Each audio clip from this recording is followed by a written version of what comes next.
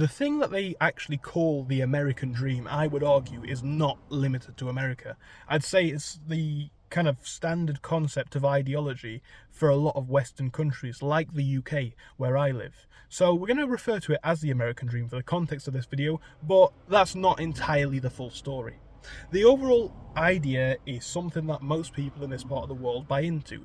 It's buying a house, it's having 2 kids, 2.5 kids, lovely wife, lovely cars, nice place to live, career, stable pension, etc. And that is what I think we can all refer to as the traditional American dream, right? That's what we're going to have to call it, because there's no, we don't call it the British dream or the German dream. It doesn't have the same ring to it, right? So we'll call it the American dream. That's kind of what the prescribed idea is. Now, this mindset is something that was created a long time ago, and you might make the argument that the peak of this ideology was between, let's say, World War II at the end and the 1990s. And a lot of people like to say that it's dead, it's a period in time that's simply gone. But here's the thing, people acknowledge the numbers and not the reasoning. And here's what I mean by this. People want to still live the dream, but don't have the reason to live it, right? People complain that menial jobs don't pay very much anymore, and no, they don't. But we've got people out here making significant values online, and it's not that hard to learn. If you guys have watched my video where I spoke about how I made $8,000 in a month drop shipping stuff online, I'm telling you from someone who's done it, it's not hard, or it's not that hard to live a better dream, right? A different dream. We've got people making YouTube videos and Twitch streaming for millions of dollars. That could be any of us if we're clever enough about it. Now, to kind of get to the point of this video, a lot of people like to say that the American dream is dead, right? And I think it is. But I also think it's a concept that should have and hasn't evolved over the last 50 years. It's always been the same, of buying a house and settling down and having kids and this sort of lifestyle. But then we look at what most people live, and we need to ask if that's actually something that's actually worth it for them anymore, or something that actually works for them anymore. You see, the statistics and, simply put, real world experience of speaking to a lot of people points one thing out. The concept of having kids to a lot of young people is simply alien. We live in a world where a lot more young people, men and women, people like to say it's an exclusively men issue. I don't think it is. A lot more men and women do not find themselves with children, right? They just don't. They don't find themselves with children. They don't find themselves with a wife or a husband either. So, with that being the context, the idea of having a 4-bedroom house becomes pretty meaningless. You don't need to even have it anymore. A lot of people are now graduating with a degree, which gives you a lot more options in terms of career. People like to moan that people on minimum wage were able to live decent, or people on a lower wage were able to live better because of the standards of life. Probably that might be true, but at the same time, you now have more, in a way, social mobility through a degree than what a lot of these people had in the past. It's not impossible that you can start from poverty still, get a degree. Yes, it is going to take probably 40 years of working up through the idea of the matrix systems, but you could be a high-level manager or something like that. It's not unfeasible, is it, at all? Not really. But like I say, people buy into the traditional dream, but don't acknowledge today's market trend changes. In a world where people are having less children, you don't need a bigger house. You don't need the same level of house, the same size of house that you once would have had. In a world where careers are different and less people, I don't know anybody who has. Basically, nobody works 40 years in the same job. Job hopping is a thing, right, that people do to make more profits. People can obviously have one job, go to another company, come back to the company, go to another company, or whatever works for them. Change industries. You have the ability to change industries and do something more fun.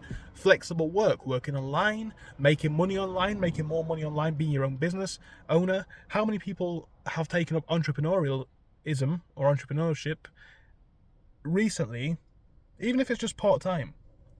Because it's now something you can do, right? It's something that any of us can do. List a couple of things on Amazon, hope that some of them sell. You're now technically an entrepreneur.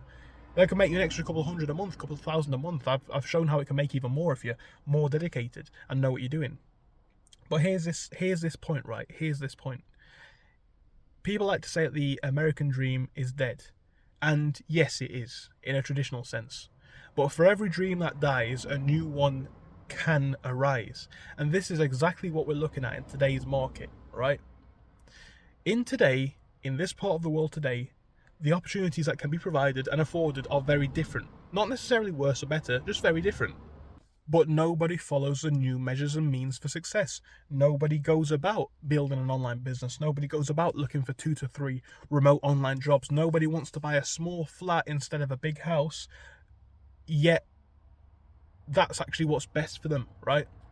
And by freeing themselves to that initial point, they can buy into a bigger lifestyle, right? If you can start to make money online, if we're being honest, if you can start to make, let's say, £3,000 online, pounds or dollars, which is a lot of money internationally, that's enough money to travel the world and work remotely in a lot of cheaper countries. It's a lot of money to live in a lot of cheaper countries. People have been telling me this for a long time. It's something that we've all known. You can live in a lot of countries for half the price, a quarter of the price. Is that not the real dream of today? Is it not having the ability to make money online and live in a place where you couldn't have before, whether that's in the UK or abroad? Is it not the ability to potentially connect with more people online? But here's the thing, people just complain and people just accept a view of the past, which I think for a lot of people is simply outdated. A lot of people don't want the life or can't have the lifestyle of the past, and it's not all about money. Let's not make it all about money, right? A lot of young people's social skills are that bad that they don't have the meaningful abilities to interact with not just potential romantic interests but friends, right? A lot of these young people are nervous and anxious to make friends, let alone even thinking about trying to get a girlfriend or boyfriend. It's just the way of the market today. Now that is a real shame, and that part is a much deeper rooted issue. But look, for argument's sake, let's just say that you're someone like myself, right? You're young and you've got decent social skills, you've got a decent understanding of the world enough, right? People in the comment section might call me stupid, I don't care. You put yourself out on the internet, you're going to get good comments, bad comments. But you put yourself out into the world enough and life can be better for you than it has been for anybody in the past, right? Realistically, never mind 40 hours at work, I don't need to work at all. The part-time job that I've got now, I could not turn up one day. They could say, why have you not turned up? I can't be bothered, I want to quit. I'm not saying I would do that, but that's the luxury that the internet has afforded me, right? Because I've adopted the new style of living and I'm using it to get ahead. Now, you might argue that that is a less fulfilling world. If everyone's working from home, but they've got no friends or a wife anyway, maybe that's more depressing, and maybe it is. And that's a more deep-rooted societal issue, I would say. Many of the videos that I make are really intended to focus on the financial and part of societies that we can change, right? So money, we can change, is something that's quantifiable. We can quantify money, we can change it, we can increase it, etc, etc. So that's why I focus a lot on money. Our opinions and mindsets, we can change a lot, right? So is the American dream dead? I really think it is on that front. If it takes 2 people to work full time, to have enough money to have a house that's reasonable and a car, then who's raising the kids? Like at that point, who's raising the kids, right? And that's just one measure of a few different things. But yet again, if you're in your younger years like I am, experiment with stuff online, because you could be living a dream better than what your parents and grandparents could have ever imagined. You know, the fact that a lot of people have the abilities to ask themselves, is a 9-to-5 job for me, is in itself a luxury. Because imagine if you're born in the 50s or even later or before, you'd be straight into a job if you had no skills and no money and no resources. The fact that household incomes are decent enough that parents can support kids for longer, giving them enough time to choose what they want to do, is a great privilege. But at the same time, we've got people who are single with no kids looking to buy 4-bedroom houses, right? You don't need them anymore. We've got people looking to buy huge cars, family cars. You don't need a car like that.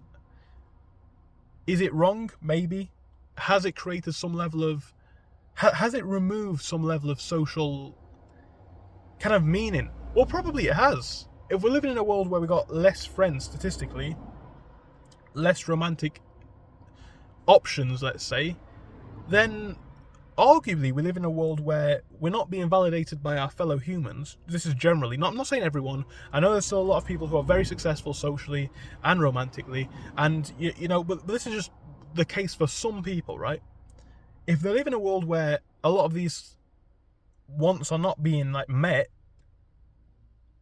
then that's a deeper issue. And maybe it creates an environment where they don't feel like it's worth working towards a number of these things. But look at what we've got around us. A computer. You can access anything from human history in the past, and you can use anything from human present to develop yourself, your skills. You can learn skills on the internet that nobody else could in the past.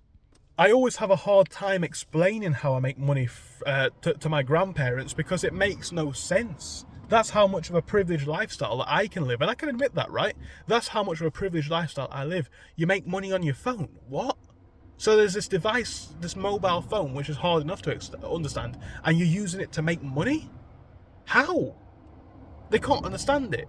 It's not because they're thick or ignorant or stupid, but it is an alien concept to anybody who didn't live in this time, right?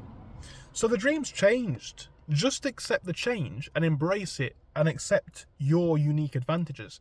Every human generation has lived in its own time.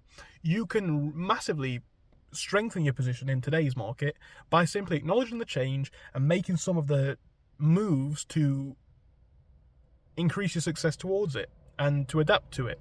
And that's what I'd recommend everybody does personally.